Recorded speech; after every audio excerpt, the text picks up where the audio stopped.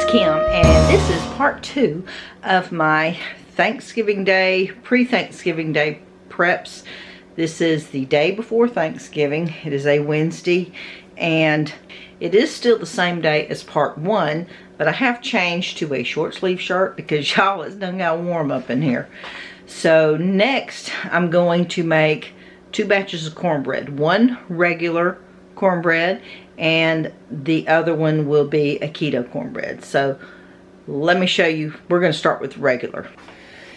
Okay, for the regular cornbread, I like to get a buttermilk cornmeal mix. So I'm going to use this, and my daughter doesn't do regular milk anymore. She likes this. So I'm going to use this in place of the regular milk, but because this is buttermilk flavored already, I don't have to worry about infusing a buttermilk flavor into the cornbread. So, you know, we're good with that. And then this is just my recipe, and I don't know. I'm sure my Nana taught me how to do this. That's where I learned how to make cornbread.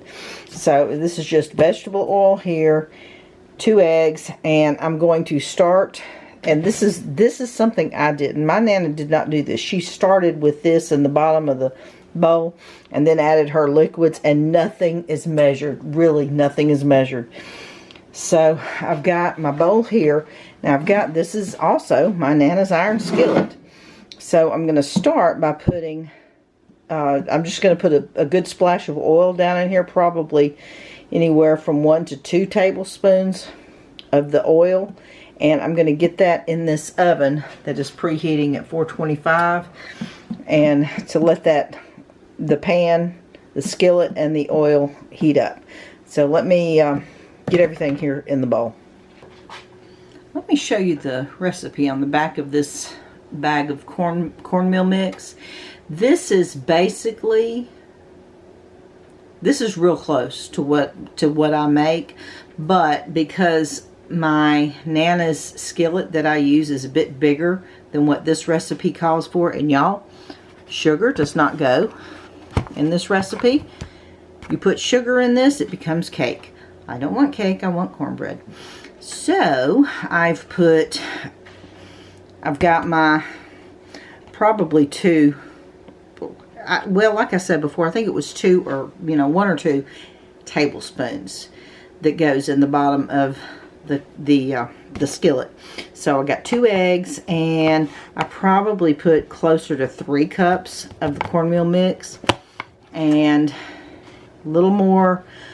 Well, that's probably about how much of the almond milk I used, and that's about how much, probably a little more of the vegetable oil. But I did use 2 eggs. And I tend to mix, I always do, mix my liquid ingredients in the bowl first, and then I just pop it all in. I just use a 1/2 cup measure out of the bag of cornmeal mix and mix it in, and probably around 3 cups of the cornmeal mix. And then if it's too thick, I just thin it out with a little more of the almond milk. And this is the consistency that I want. And right now the skillet is in the oven warming up. So what it needs to be hot, so that when I pour this in, it sizzles, which makes a good crust on the outside of the cornbread. So yeah, I'll come back when I get this poured into the pan, but the pan's got to heat up first. I just pulled the skillet out of the oven. It's good and hot, and I've got a big pot holder underneath it just to make sure that I just don't want it on my glass top. And my grandmother always did this to test the heat of the pan. Don't think it's hot enough. I'm going to let it go for about 5 more minutes. I just pulled the skillet out. It was hot enough, so I then poured that batter into the skillet. You see how it's bubbling? I'm going to pop this in the oven and set it for 20 minutes, and then I'll just check it for doneness after 20 minutes. It's probably going to take more like 25, 27, something like that. So into the oven this goes. I've got the regular cornbread in the oven, ready to, well, it's cooking. So I thought I would go ahead and get all this ready. I rewashed this bowl. So what I have in here are the 5 eggs. And I did melt a stick of butter over here. And over here in this bowl, I've got all the dry ingredients. So I've got like, oh, I don't have all the dry ingredients. I'll get the other one in a minute. So I put about 3 to 4 cups of the almond flour in there, along with maybe a teaspoon or so of the salt and maybe half a tablespoon of the baking powder. I do have to add one more thing. Let me show you. So I have this pecan meal, and I need to put about at least a half a cup of this in there. So this will give it the consistency that it needs to kind of texture-wise feel like cornbread.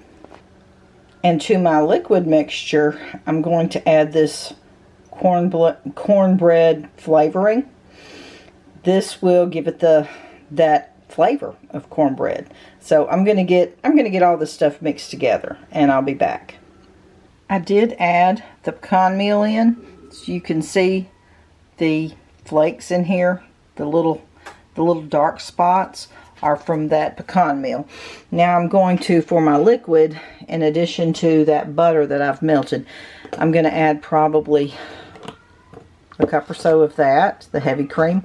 I'm going for the buttermilk flavor. I'm going to add maybe a teaspoon, maybe a tablespoon. I'm just going to add a good splash of the apple cider vinegar, and I'm going to put both of these into my liquid mixture along with my cornbread flavoring and most of my butter. I need to save some of this to go in the bottom of the skillet. I've got the keto batter for the cornbread all mixed up, and it's a very similar consistency to the regular cornbread batter. I did put probably, this is in a dropper, this right here, the cornbread flavoring. I did put 4, maybe 5 squirts of that dropper in, and then I also, if I think it's too thick, like the almond milk in the regular, I just add a little more of the heavy whipping cream to get the batter to the consistency I want. So now we're just waiting on the regular cornbread to finish in the oven, because I just have the one skillet, so it's got to come out before I can wash it and put it back in the oven and get it in, because I'm doing the same method. I'm just going to pour the rest of this butter down into the bottom of that skillet, heat it up in the oven, and cook this the same way I'm cooking the regular cornbread. The first pan of cornbread, this is the regular cornbread, has come out of the oven. I did put the broiler on. I always touch it in the middle to see is it done. I mean, that's just how we do it in my family. And if it's done here, but the outside, this part is not browned up, we just cut the broiler on. So I'm going to turn it out onto this dish. Alright, there is the regular pan of cornbread.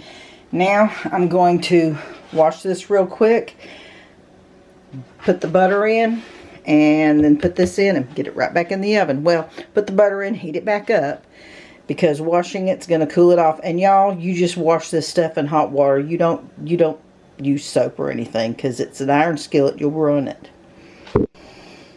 Time for the keto cornbread to go in. So first I just rinsed this out. There is still water drops in there, but I did pour the butter in. So what I'm going to do is pop this back in the oven to get it hot. Those water drops will dry up, and this will get all sizzling. I don't think I can let it go as long as I did the oil, because this is butter and it will burn quicker. So let me get this in the oven to heat it up. Okay, I did make a list this morning of the things I kind of wanted to get done today. Let's see. Let's mark off what I got done. So I did the eggs. I did that turkey. I made the regular cornbread, and I made the keto cornbread. Y'all, I did not saute any onions and celery. I didn't even chop it. But you know what? I'm going to get up in the morning and do that because I am done. I'm just done. Well, I'm give out. I'm going to get some aluminum foil and cover these 2 pans of cornbread that I made today. In the morning, I'll just crumble them up into the 2 separate pans of cornbread dressing and just go from there. And in those pans is going to be the sauteed up onions and celery. And it's just going to have to, you know, I'll just get up in the morning and do it. I'm tired. I'm ready to sit down in my chair in the living room and find me something to watch. I don't know, a documentary, a movie, something. I'm just ready to sit down and watch TV. So that's going to be it for this year's video of Thanksgiving Preps Part 2. And will I bring you along for Thanksgiving Day cooking? Don't know. Depends on how I feel and when I get up and get started. But that's it for this Thanksgiving prep video, and I will see y'all later. Bye.